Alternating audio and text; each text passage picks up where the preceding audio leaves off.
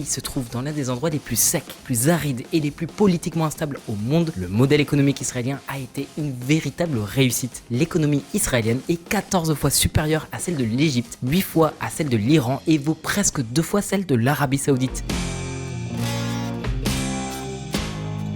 Son PIB par habitant dépasse même celui du Canada, du Royaume-Uni et du Japon. D'après la Banque mondiale, les investissements israéliens dans la recherche et le développement représentent 5% du PIB. Israël est d'ailleurs en tête du classement des États qui investissent le plus dans la R&D.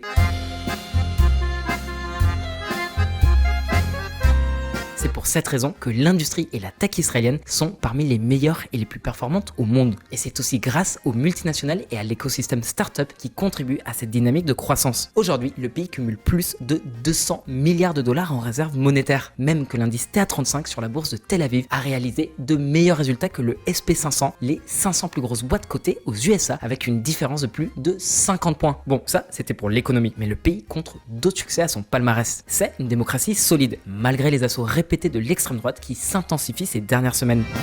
Israël, la peine de mort pour les terroristes, votée en première lecture. Alors, les chances que ça aboutisse sont infimes, mais ça reste très préoccupant qu'un texte pareil puisse être débattu à la Knesset, le Parlement israélien. Bon, à part ça, Israël est aussi une puissance militaire et nucléaire. Elle a réussi à développer une agriculture dans l'un des endroits les plus inhospitaliers de la planète. Une prouesse à laquelle on a déjà dédié une vidéo que vous pouvez consulter en suivant ce lien. Et puis, l'État hébreu est une puissance diplomatique. Surtout depuis la signature des accords d'Abraham et la normalisation de ses relations avec d'autres grandes nations arabes, les Émirats arabes unis, le Bahreïn, le Maroc et le Soudan. Et la tendance est plutôt positive pour la région.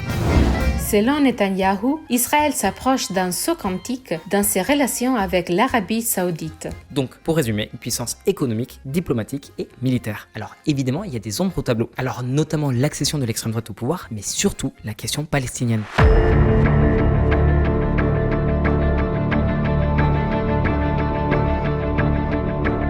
La réalité qu'on vous a dépeinte en Israël est complètement différente pour les 5 millions de Palestiniens qui vivent dans les territoires occupés. Une situation qui empire de semaine en semaine et pour laquelle on peut désigner plusieurs responsables. Déjà, il y a évidemment les organisations que les US et l'Union européenne considèrent terroristes, comme le Hamas et le Djihad islamique palestinien. Puis, il y a l'autorité palestinienne qui gouverne la Cisjordanie et théoriquement la bande de Gaza aussi, et qui est rongée par la corruption. Mais les autorités israéliennes qui s'intéressent de moins en moins à la solution à 2 États ont aussi une grosse part de responsabilité. Alors, où en est-on aujourd'hui avec la question palestinienne? Que s'est-il passé avec la solution à 2 États? On reprend tout à 0.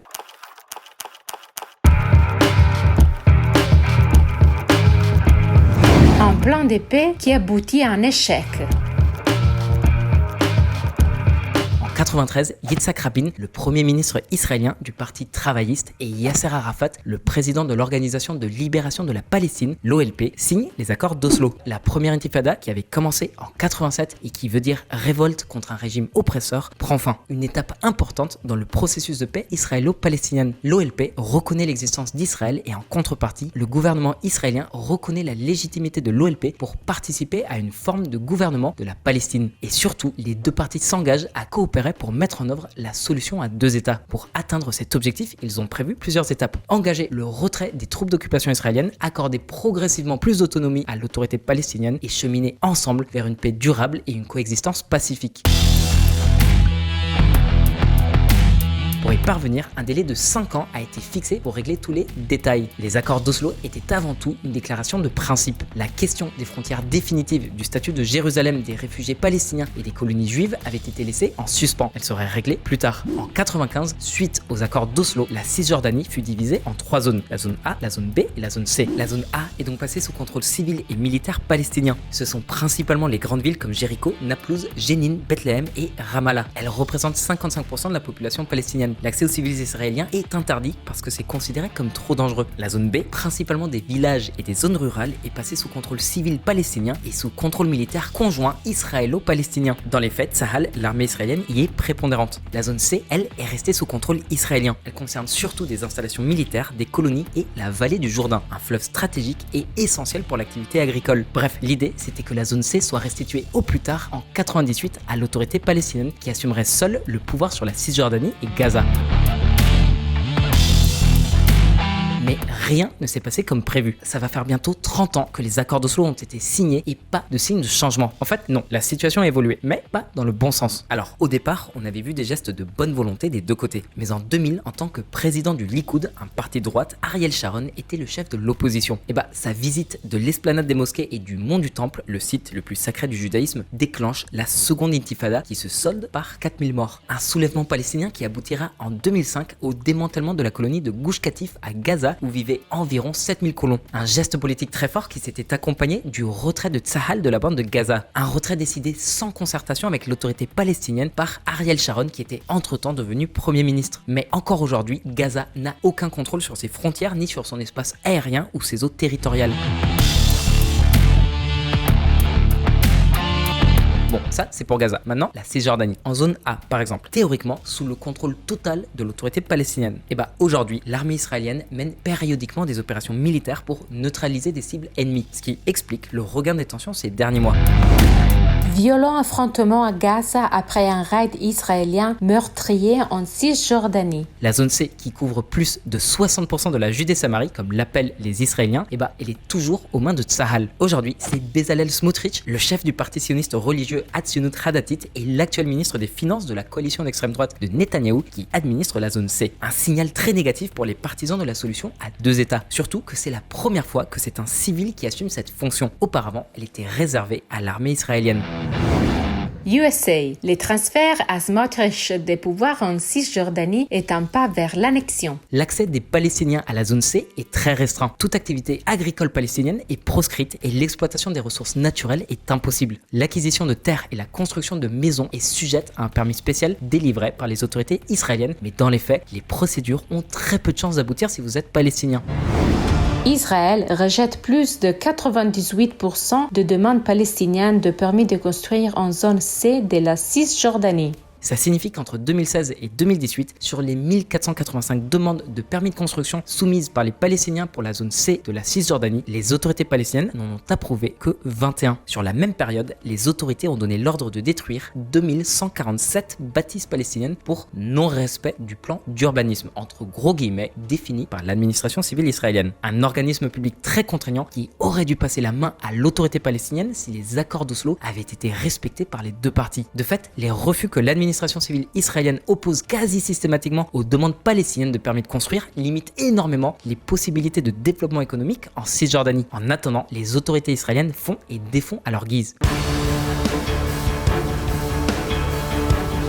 Par exemple, l'État hébreu construit des installations militaires et des infrastructures à usage exclusif des colons israéliens. Il exproprie aussi les Palestiniens de leurs terres contre dédommagement pour construire de nouvelles routes et il laisse les colonies juives s'approprier de nouvelles terres. Du coup, on aborde un autre gros morceau, les implantations juives en Judée-Samarie. En fait, la construction des premières colonies remonte à la conquête territoriale israélienne après la guerre de 6 jours en 1967. Israël prend alors le contrôle de la Cisjordanie et de Gaza. Mais c'est dans la foulée des accords d'Oslo que la situation devient incontrôlable. En fait, Yitzhak Rabin est assassiné en 95 par un extrémiste juif qui s'opposait au plan de paix israélo-palestinien. Faut dire que la rhétorique ultranationaliste du Likoud a pas non plus aidé à calmer les tensions. Un parti qui était déjà dirigé depuis 93 par un certain Benjamin Netanyahou. Bref, en 93, il y avait environ 110 000 colons en Cisjordanie. Aujourd'hui, ils sont 475 000. Les Palestiniens de Cisjordanie, eux, sont presque 3 millions. Et la tendance s'accélère pour plein de raisons. Le gouvernement et des ONG sionistes leur offrent des subventions pour installer de nouvelles colonies et l'armée leur garantit un degré de protection élevé. Et puis parfois, l'Israélien moyen est rattrapé par la réalité du marché de l'immobilier. Beaucoup de colons s'installent en Cisjordanie, non pas par conviction idéologique, mais parce que la croissance démographique en Israël fait exploser les prix du mètre carré dans les villes israéliennes. Israël, les routes de l'annexion, voies rapides, tunnels, viaducs, parkings de dissuasion. L'État hébreu investit des sommes considérables dans ces territoires occupés. Ces routes sont le moteur de la colonisation et encouragent les Israéliens de l'intérieur à s'installer dans des colonies dortoirs désormais reliées aux grandes villes par des axes modernes et sécurisés. Du coup, la Cisjordanie, aujourd'hui, elle ressemble plus à un gruyère. Les colonies juives ne sont plus les implantations sauvages qu'on connaissait. Aujourd'hui, elles ressemblent plus à des villes, comme la colonie d'Ariel Ariel qui a sa propre université reconnue par le Conseil de l'enseignement supérieur israélien, donc avec l'aval de l'État hébreu. Et puis même le réseau routier est clivant. Certaines routes ont été construites par et pour les Israéliens, même si beaucoup d'ouvriers sur les chantiers étaient des Palestiniens. Des routes sur lesquelles la circulation est réservée aux voitures avec des plaques israéliennes. Les voitures avec des plaques palestiniennes, elles, ont droit à des fouilles approfondies lorsqu'elles passent par des points de contrôle de Tsahal dans les territoires occupés. Et puis évidemment, très peu de véhicules palestiniens sont autorisés à entrer en Israël. Et bon courage pour contourner les barrages, les deux territoires sont séparés au niveau de Jérusalem par un immense mur de 9 mètres de haut. En fonction du positionnement de votre interlocuteur sur le conflit, ce mur change de nom. Les pro-palestiniens l'appellent le mur de la honte ou le mur de l'apartheid. Les pro-israéliens parlent eux de la barrière de sécurité ou muraille antiterroriste.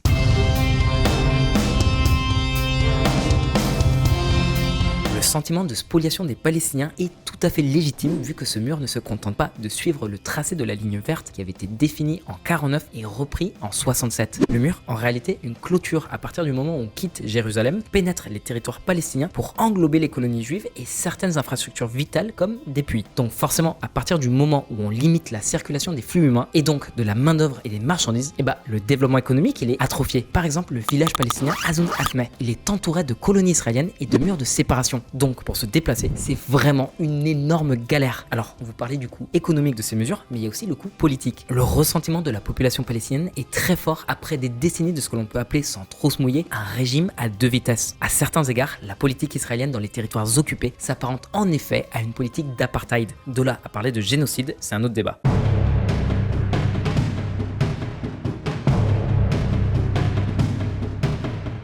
Mais on ne peut pas imputer à Israël toute la responsabilité de ce conflit. Ce qu'un côté considère comme une injustice, l'autre le voit comme une politique sécuritaire nécessaire. Le peuple palestinien peut aussi s'en prendre à sa propre classe politique. Corruption, organisation terroriste, guerre des clans, restriction de liberté individuelle, démocratie complètement dysfonctionnelle. Faut quand même remonter à 2006 pour les dernières élections palestiniennes, alors que le modèle politique palestinien est censé être une démocratie. Sans parler de la guerre Fatah-Hamas qui s'est soldée par une division territoriale supplémentaire. Aujourd'hui, le Hamas contrôle la bande de Gaza et le Fatah, le premier parti politique de l'OLP, garde la main sur l'autorité palestinienne en Cisjordanie. Enfin, dans le cadre de la coopération israélo-palestinienne qu'on vous a expliqué.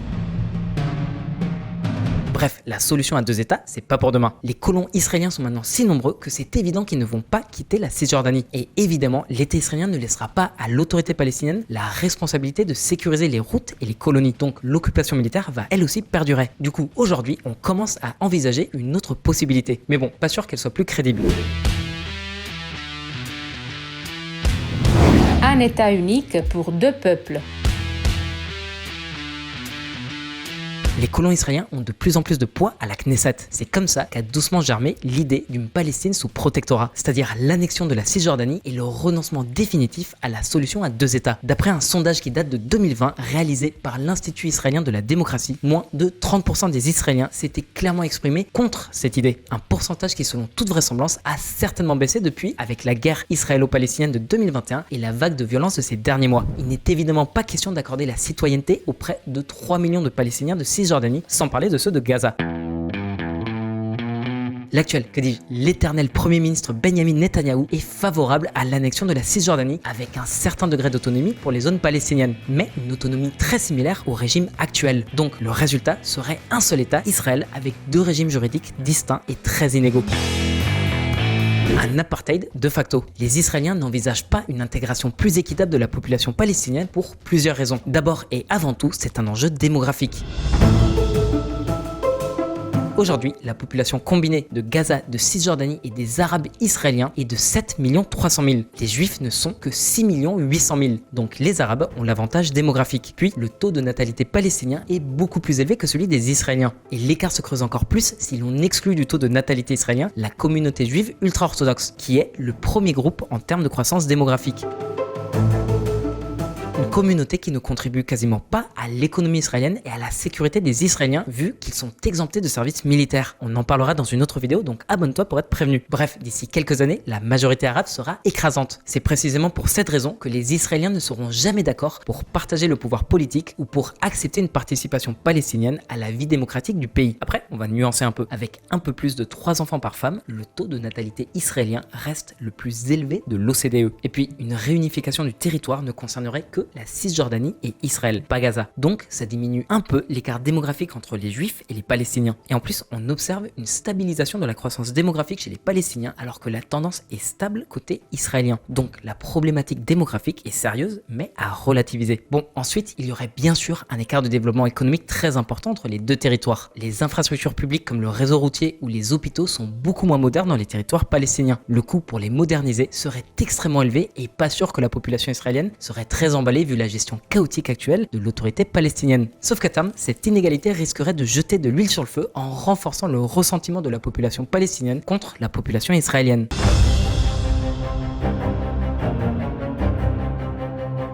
C'est un phénomène très documenté. L'université d'Oslo et la London School of Economics ont publié des études qui suggèrent que le manque de prospérité est un ingrédient clé des processus révolutionnaires, en particulier dans les États arabo-musulmans, donc la Palestine.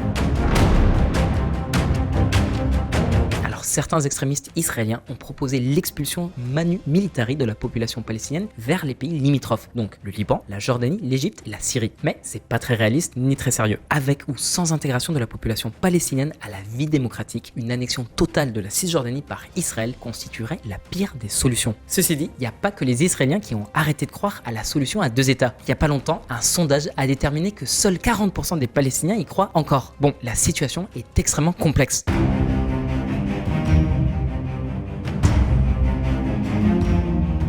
Déjà, si Israël souhaite conserver son titre d'unique démocratie du Moyen-Orient, il doit éviter à tout prix un traitement différentiel entre ses citoyens et les habitants des territoires occupés. Surtout qu'en ce moment, toutes les conditions semblent réunies pour que le conflit s'envenime encore plus. On se rapproche dangereusement d'une troisième intifada et les morts vont à nouveau se compter par milliers. Nous sommes très proches d'une troisième intifada, lieutenant-colonel de Tzahal. Une des solutions crédibles pour remettre le processus de paix israélo-palestinienne sur les rails serait une médiation par une puissance arabe.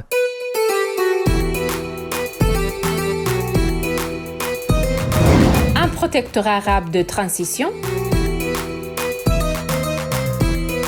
Les accords d'Abraham ont permis à Israël de normaliser ses relations avec les grandes puissances arabes. La solution à deux États est encore la plus réaliste, mais la fenêtre d'opportunité est en train de se fermer. La vérité, c'est que Netanyahou n'en a jamais voulu et maintenant que son gouvernement dépend de l'extrême droite, il en veut encore moins qu'avant. Et la communauté internationale est assez passive, notamment les USA. Ils semblent s'être résignés à l'annexion progressive de la Cisjordanie par Israël, même s'ils la condamnent. La priorité d'Israël, c'est sa sécurité. Les roquettes du Hamas depuis Gaza sont encore trop fréquentes. Les attentats contre des civils, que ce soit en Israël ou dans les colonies, forcément ça crispe tout le monde et ça donne de l'élan aux mouvements radicaux. Et l'État hébreu ne cédera pas sur ces questions-là, quitte à maintenir les checkpoints et le mur de séparation, donc à alimenter la rancœur des Palestiniens, un engrenage qu'il est presque impossible d'arrêter. À moins qu'une puissance étrangère ou qu'une coalition arabe qui puisse compter sur la confiance des deux parties s'engage non pas à servir de médiateur, mais à garantir la sécurité dans les territoires palestiniens. Il faudrait installer et financer des institutions solides et déployer des policiers et des militaires d'autres pays arabes pour stabiliser ce futur État palestinien. Ce serait provisoire. On organiserait ensuite une passation des pouvoirs à la future autorité palestinienne une fois qu'elle sera bien ancrée et que toute menace à la paix fût neutralisée. La coexistence avec Israël deviendrait alors une réalité et le nouvel État palestinien pourrait enfin compter sur la reconnaissance par la communauté internationale et pas se contenter d'un statut d'État observateur aux Nations Unies. Et puis, les conditions seraient enfin réunies pour accueillir des investissements étrangers et démarrer une fois pour toutes l'économie palestinienne. À la longue, on pourrait espérer l'amélioration des conditions de vie des Palestiniens, l'essor d'une classe moyenne, un apaisement avec leurs voisins israéliens et même un retour à la normale avec des frontières plus poreuses et la disparition progressive des fortifications le long de la ligne verte.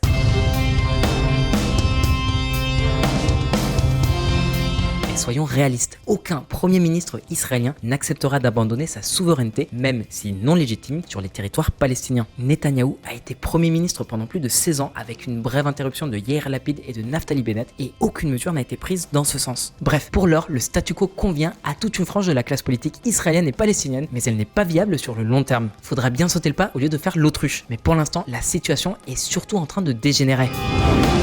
Cisjordanie occupée. La ville de Ouara attaquée par les colons israéliens. Chaos total à Ouara, petite ville de Cisjordanie occupée située au sud de Naplouse. Une centaine de colons israéliens y ont mené une expédition punitive la nuit dernière. Un véritable pogrom, affirment les militants israéliens anti-occupation. Les colons ont incendié plusieurs maisons palestiniennes et mis le feu à des dizaines de voitures. Un Palestinien a été tué par balle et une centaine d'autres ont été blessés. Ces attaques sont survenues à la suite de la mort de 2 colons juifs, abattus dimanche par un Palestinien à Ouara. Il est toujours en fuite. Il y a un mois, l'autorité palestinienne avait annoncé l'interruption de la coopération sécuritaire avec Israël. Mais face au risque d'escalade, les autorités israéliennes et palestiniennes ont décidé de s'asseoir pour entamer des pourparlers.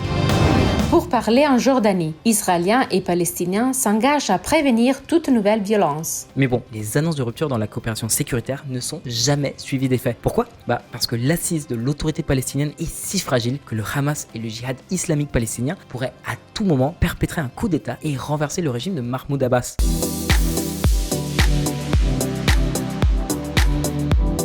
En fin de compte, c'est surtout la population civile qui subit les conséquences de ces allers-retours permanents. Et que ce soit du côté israélien comme palestinien, elle en paie le prix en vie humaine. Bon, pour l'heure, le processus de paix israélo-palestinienne, c'est un sacré merde.